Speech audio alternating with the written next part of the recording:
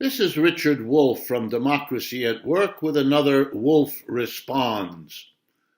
3 weeks before the election, nothing could more dramatically illustrate a whole network of problems than for me to compare, which I'm going to do today, how American capitalism dealt with this pandemic versus European capitalism.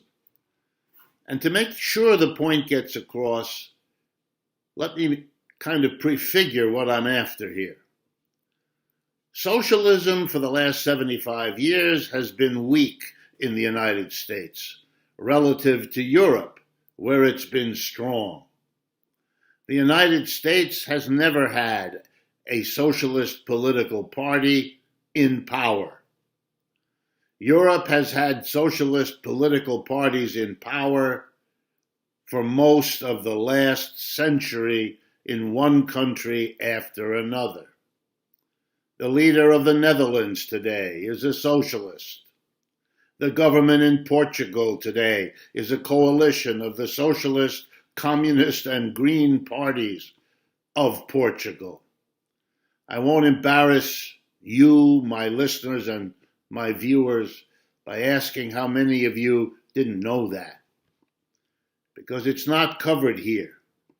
But the difference in the socialisms that have shaped Europe over the last centuries and the socialisms that have not been able to do that to anywhere near the same extent, the difference is dramatically visible today, and that's my point. Let me explain.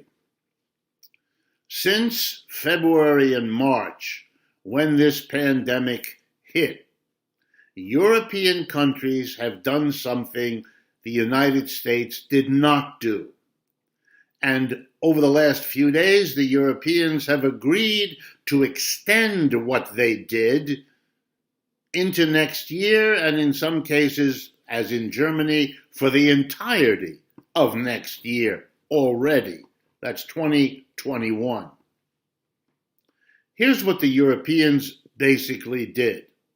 The governments came in and said to the businesses, "We will help you." But basically, there's a condition. In some cases, it was made explicit. In other cases, it was left implicit. But either way, it was the operating principle. The government will help the businesses, and the businesses will not fire or lay off workers. That's the deal. It's a deal that helps the businesses get through a hard time, but also and equally helps the workers get through a hard time. And very particularly, it says to the workers and the bosses, you can't touch those jobs. Those jobs are there for those workers. They're not going to have an extra anxiety, beyond worrying about whether they'll get sick or die, beyond worrying about their job and their income.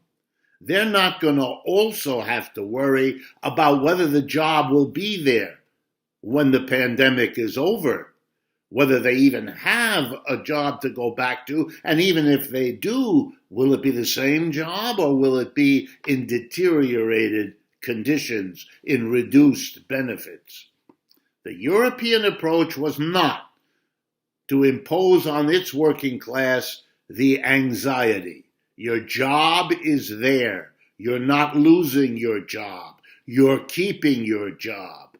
And the government comes in and picks up 60, 70, 80% of the wage bill that your employer would normally have paid you.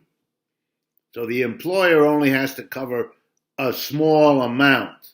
And for that, you can do some part-time work. A lot of arrangements were made so that workers could end up having a decent standard of living as we theoretically all go through this pandemic. The United States did nothing of the sort. The United States fired somewhere in the neighborhood of 60 million people. more than a third of the entire labor force was fired. Some of those people have gotten their jobs back. Millions have not. There are currently somewhere in the neighborhood of 25 million people collecting state or federal unemployment insurance as I speak, which means the American working class had the anxiety about getting sick with COVID-19, had the anxiety about their immediate job and pay, but had the additional anxiety that the job might never be there again, that they might not have a job to go back to, or that the job would be completely different. Cruel, extra burden. And then there was the money, the extra $600, which certainly helped unemployed people, even though it imposed unemployment on them, with all the social stigmas that go with it, with all the self-doubt that goes with it. But now that was stopped by the bickering between Mr. Trump and the Democrats over the size of a stimulus, so that the government stopped paying the extra $600, reducing it to half that, $300, as of the last day of July. So already 2 months of workers suffering extra. Wow, what a difference. And here's the final point. You know why the Europeans didn't lay people off, didn't fire, didn't have a massive unemployment problem? Because they dare not. Conservative leaders, even the British Boris Johnson, a Trump clone, he didn't dare either. The British just agreed to cover 80% of workers' wages while they are not laid off and are not furloughed, etc.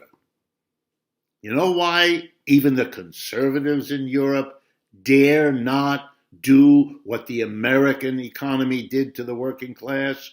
Because they know if they fired all those workers, they wouldn't go home to their apartments and sit there.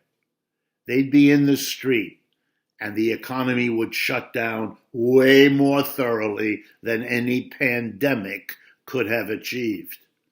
There would be a revolution in the streets, because the working class in Europe, after decades of socialist influence, is not about to absorb the lion's share of a pandemic they are not responsible for. They're not going to allow those at the top to do whatever they want while the mass of people are shuffling off to the unemployment office. No, none of that. That's an American exceptionalism of the sort we ought to think about. How different pandemics are handled by a capitalism influenced and shaped by socialist parties and socialist movements and socialist ideas, versus how the working class gets treated in a country where for most of the last 75 years, the Cold War made sure that people were not aware of socialist ideas, did not have socialist parties making those ideas palpable and concrete in their lives. What a difference between two kinds of capitalism, something for all of us to think long and hard about. Thank you for your attention. This is Richard Wolff from Democracy at Work.